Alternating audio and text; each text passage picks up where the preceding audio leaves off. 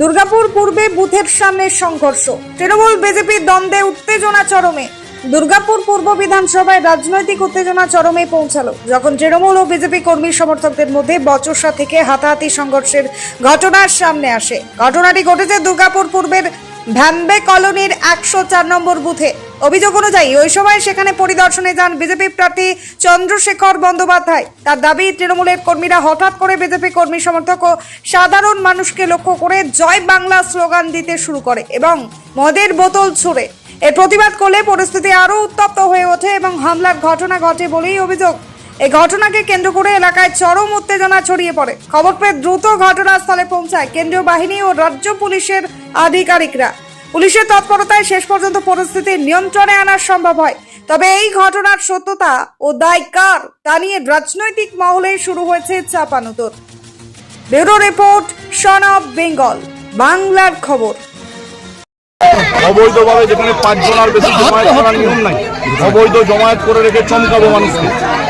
এবং এখানে এমন একটা পরিস্থিতি তৈরি করা হচ্ছে যে পরিস্থিতিটার কোনো প্রয়োজন নেই। আমি গোটা দুর্গাপুর ঘুরছি, কোথাও এরকম সিচুয়েশন নেই। আমাদের কার্যকর্তা বনানিধির গায়ে মলাস্টেশন করা হয়েছে, তার গায়ে হাত দেওয়া হয়েছে, তার ওড়না টেনে ফেলে দেওয়া হচ্ছে। এটা কোন ধরনের অসভ্যতা? দুর্গাপুরের এটা সংস্কৃতি। আমি দুর্গাপুরে বলছি, আমি 16টা ওয়ার্ড 3টে অঞ্চল ঘুরেছি, কোথাও এই পরিস্থিতি নেই।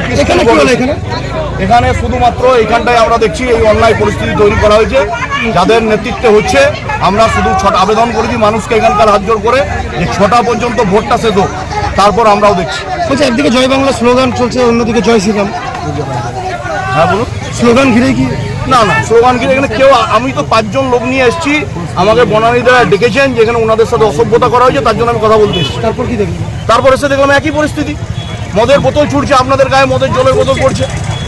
আপনারা তো দেখাবেন মারামারি হাতাহাতি কিছু? দেখুন, মারামারি হাতাহাতির কোনো বিষয় নেই, আমি তো থামানোর জন্য এসেছি। মানে উত্তেজনা তৈরি হয়, একটা উত্তেজনা তৈরি হচ্ছে। ভোট প্রক্রিয়া ভালোভাবেই চলছিল সকাল থেকে।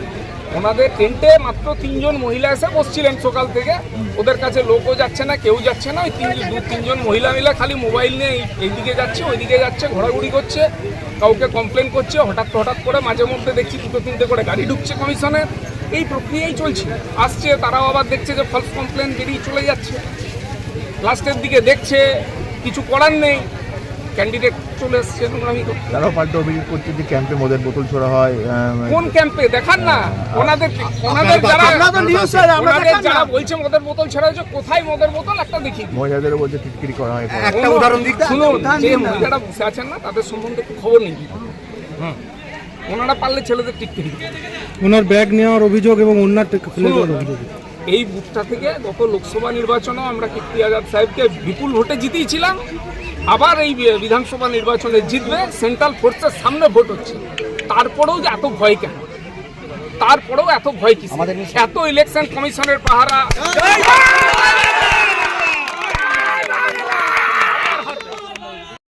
ওরা সবাইকে নিয়ে আসছে, নিয়ে এসে আজ ওরা প্রচার করছে, যেখানে সেখানে দাঁড়িয়ে আছে, দাঁড়িয়ে থেকে নিয়ে আসছে নিজেদের যেগুলোকে, আর ধমকি দিচ্ছে আমাদের তৃণমূলের নিয়ে এসে নিজেদের মতো করে ভোট করবেন। ওরা চাইছে না আমরা ক্যাম্পে বসি, নিজেদের মতো করে ওরা বসতে চাইছে।